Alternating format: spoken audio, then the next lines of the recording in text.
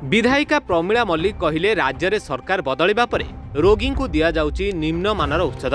Dasharathpur block Mangalpur गोष्ठी स्वास्थ्य केन्द्र में रोगी कल्याण समिति गवर्निंग बॉडीर 12 दिन मध्य आज द्वितीय बैठक अनुष्ठित हो जाइछि। डॉक्टर अमृता प्रीतम मल्ल नूतन करी मंगलपुर गोष्ठी स्वास्थ्य केन्द्र में गोष्ठी स्वास्थ्य केन्द्र अधिकारी भाव दायित्व ग्रहण करने पर आज द्वितीय बैठक अनुष्ठित होइथिला। मेडिकल डाक्टर फार्मासिस्ट नर्स का अभाव सहित नूतन गृह निर्माण कार्य शीघ्र शेष करने को अधिकारिणी अमृता प्रीतम मल्ल दाबी करथिले।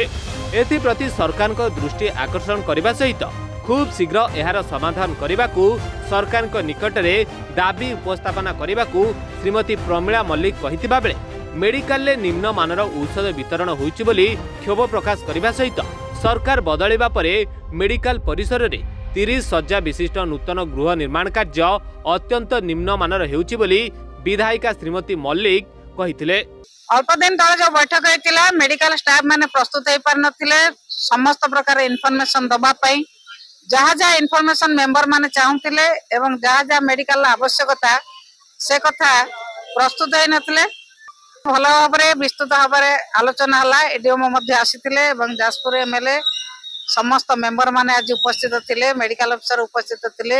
सीडीपीओ उपस्थित थिले, विस्तृत भाव आलोचना हला।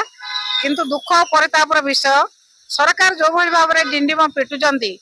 आमे मेडिकल को स्टाफ दे दोचु मेडिकल सब कथा आमे पूरण कर देचु जहाँ आज रिव्यू मीटिंग रु जना गला से भली कोनोसी कार्यक्रम आखि दृष्टिया कार्यक्रम जहाँ पूर्व सरकार रे हेतिला सेतिके मात्र झुलिक रहिछि। एपर्यंत कोनोसी आखि दृष्टिया काम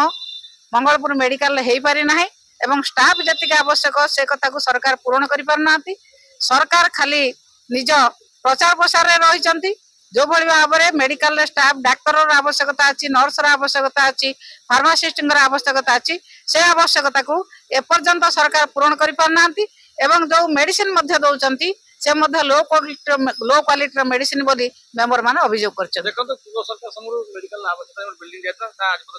सरी परने एवं बिल्डिंग मध्य लो क्वालिटी एबे तयारी करूचंती बोली आम सरकार गला परे एबे जो काम होउची लो क्वालिटी होउची बोली मेंबर माने कंप्लेन करछन। पूरा एक जनगहली अंचल प्रति 600-700 रोगी पाखापाखि मेडिकल आसुछन मेडिकल जो घरटी हे परनी असुविधा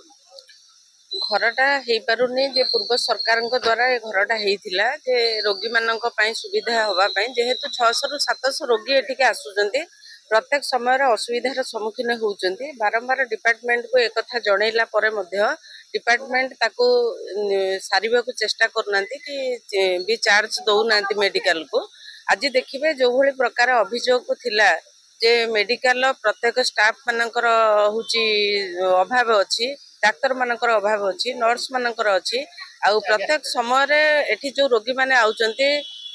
भल भाव सर्विस पाई पारुना कहीं ना जेहेतु स्टाफ मानकर डाक्तर मानकर असुविधा अच्छी तेणु डाक्तर सबु बेले ना सरकार कहउचंती जे आमे सबु बेले डाक्तर सबु मेडिकल मानकु पूरण करदेबू कौट से असुविधा रखिबुनी। तेणु आज देखंतु जो मेडिसिन रे रोगीटी आसुची गरीब गुरु हिसाब रे से रोगीटी आसुची डाक्तरखाना रे भल होबा पई मेडिसिन टे नब तेणु रोगी मानकर विश्वास होउनै जे लो क्वालिटी मेडिसिन पाई तेणु सरकार एटा जानिबा दरकार जे जो रोगी मानक पाई मेडिसिन तयारी होउची से रोगी मानक ऊपर भरोसा आसुने मेडिसिन ऊपर जेहेतु लो क्वालिटी होउची से माने भल हे पारुनांती तेणु बाहर मेडिसिन किनुचंती ताले एठी रोगी माने सर्विस पाई पारुनांती। आज सरकार को पाखरे हमर एई अभियोग रहइबो जे क्वालिटी चेक करके मेडिसिन टाको भल मेडिसिन मेडिकल मानक दियो। देखंतु आ गोटे अभियोग रही स्थानीय अंचल लोक